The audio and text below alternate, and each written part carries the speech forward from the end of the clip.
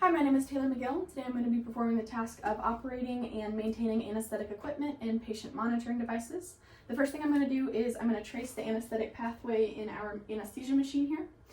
So the first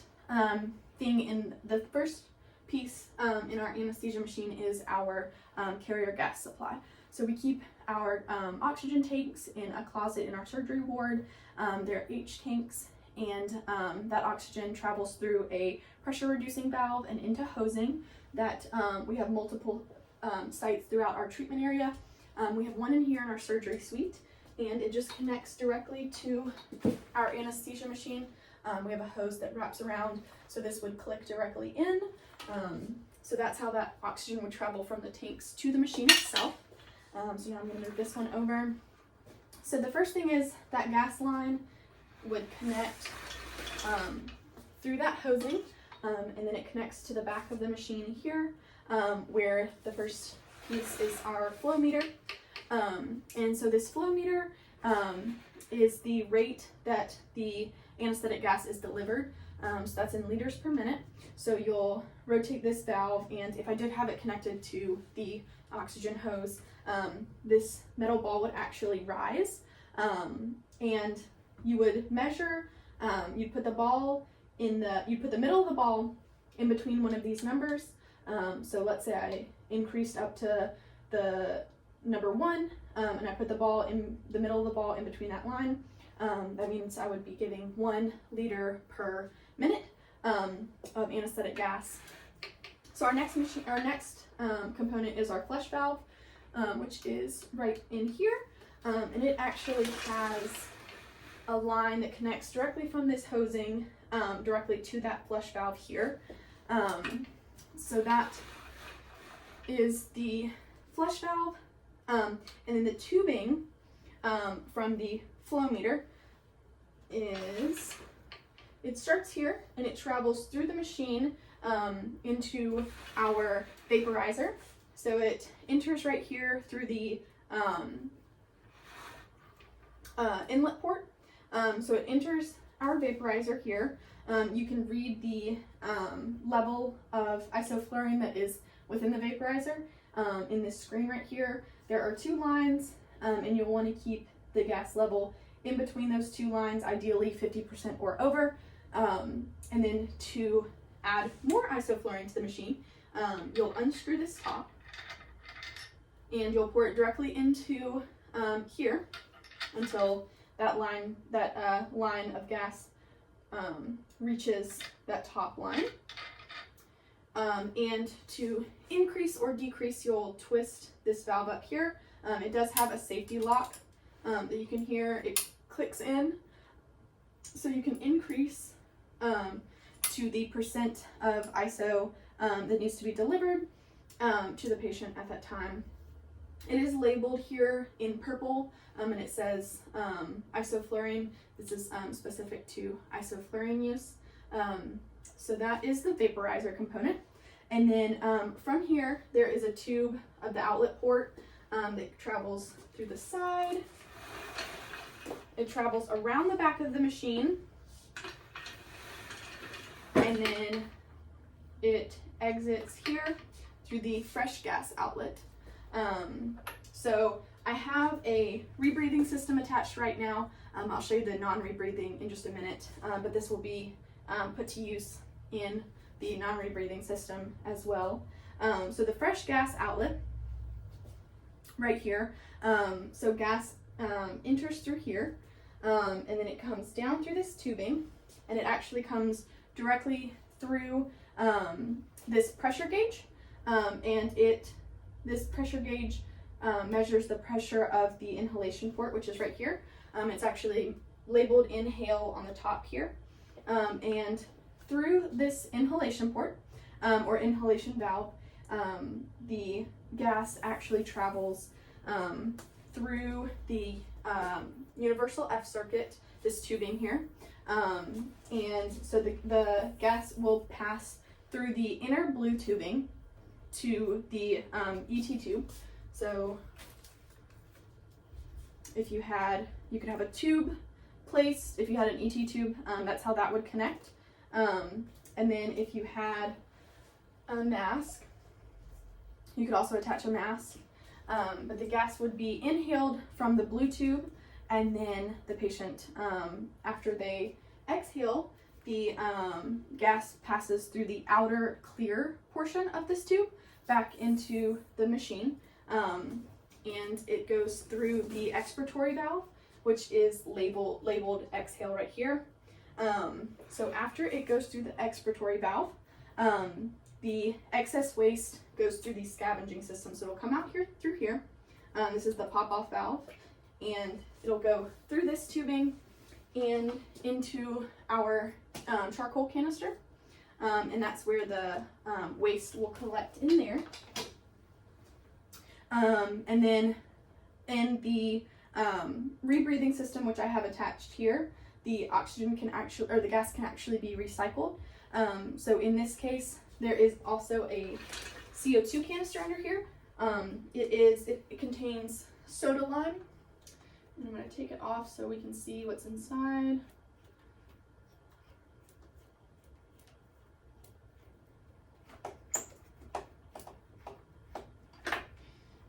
So it can be unscrewed, and there is soda lime in here that filters out the carbon dioxide, and this gets replaced regularly as well, in addition to the charcoal canister that was below. So when the carbon dioxide is filtered out through here, the oxygen can actually travel back through a reservoir bag. These are detachable. We have different sizes based on patient size. So after it's passed through the CO2 canister, the CO2, once the CO2 is filtered out, it can go into the reservoir bag, which attaches down here. It can also go back into the inhalation valve, which is right here, so then it can be rebreathed through the patient. So I'll move this back over here. I'll put it over here. So in the case of a non-rebreathing system, you would take the fresh gas outlet, you'll unplug that one, and you'll connect the system through here. And then this second portion here will connect directly into the charcoal canister, and this can be placed on the ground or back into our little compartment that holds onto the bottom of our machine. And this is the portion that will be connected to either an induction mask or an ET tube, like so.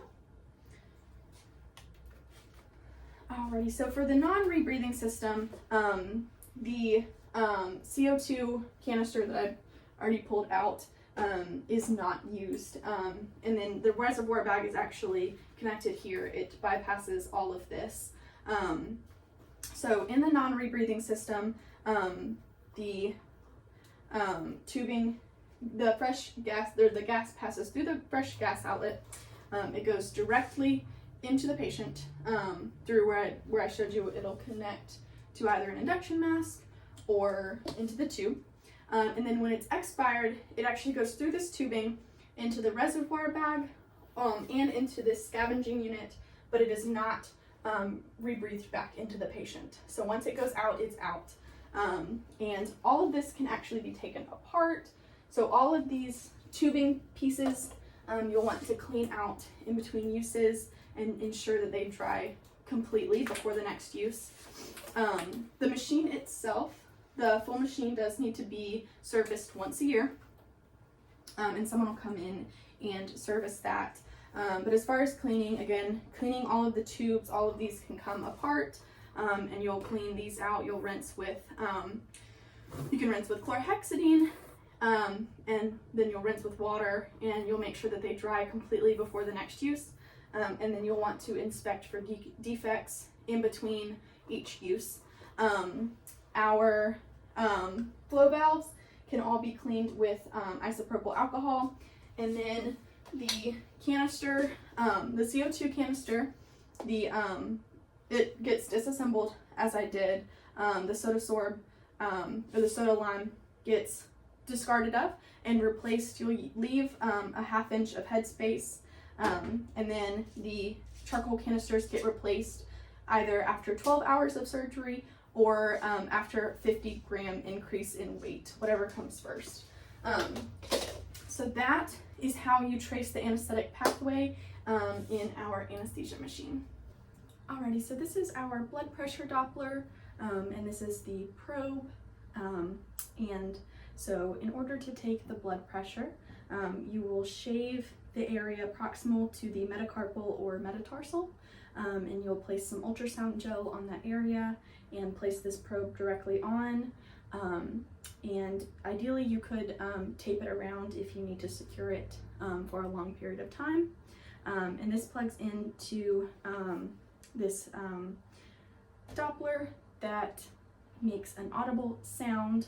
We actually have a pair of headphones that you can plug directly in if you want to be able to hear it better, or you just don't want it to play out loud. But it makes an audible sound from here. So you'll take the sphygmomanometer and you will inflate the cuff. You'll place an appropriate size cuff around the limb that is the same, that will occlude the artery that you have the Doppler probe attached to. And you'll inflate the cuff until you cannot hear that sound anymore. And then you'll slowly release until you can hear that sound again. And then once you can hear that sound again from the Doppler, that's where you'll take your systolic blood pressure. So let's say I released and could hear it again here, the systolic would be 80. So that would be how you would read a blood pressure using the Doppler. And then in order to clean everything, you'll wipe with a diluted chlorohex or alcohol solution for these two. And this piece actually comes apart to change the cuff, so you can clean off that cuff. And then as far as the probe goes, it is very fragile, so you'll definitely want to use something really gentle on it.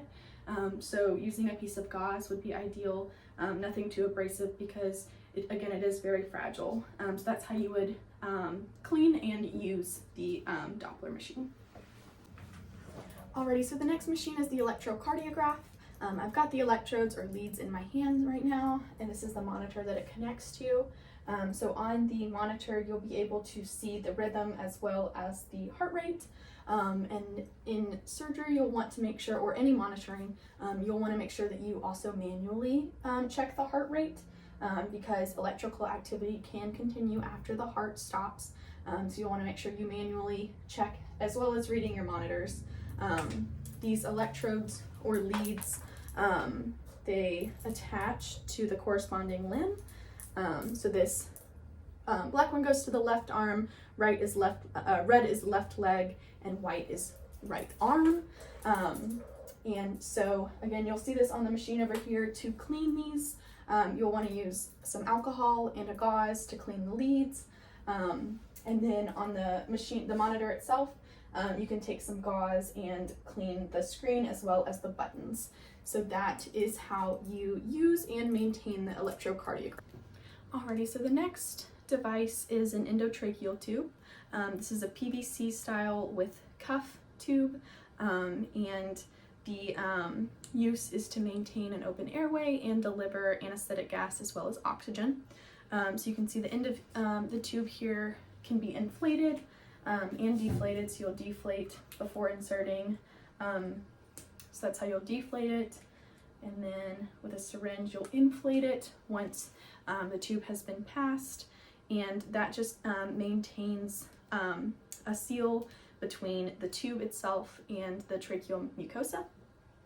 In order to clean the ET tube, you'll want to use either soapy water and clean it, wash it off and rinse it really well and air dry it, or you can soak it in chlorhexidine, and you'll want to make sure if you do that, in order to disinfect it, you rinse it really well afterwards, and then you let it air dry completely before its next use. These are reusable. So that's how you use an endotracheal tube. Alrighty, so the next device is an esophageal stethoscope. And there are multiple different size catheters to use, so you'll want to pick depending on the size of the patient. And so the tube itself will connect to the end of the stethoscope, like so. And then this end will be lubricated before attaching. So you'll lubricate the end of this and pass it down through the esophagus into the level of the heart, which is around the 5th rib. And then it is used to amplify the sound of the heartbeat. So that's after you pass it, you'll attach and you'll be able to listen. And then after use, you'll detach, and you'll want to clean this really well with some warm water, mild soap. Just make sure not to submerge this device. If it is submerged, it does have to be discarded of, because you don't want any water inside. But you'll rinse it, wipe it off, and you'll want to ensure that it's dried completely on the outside before the next use.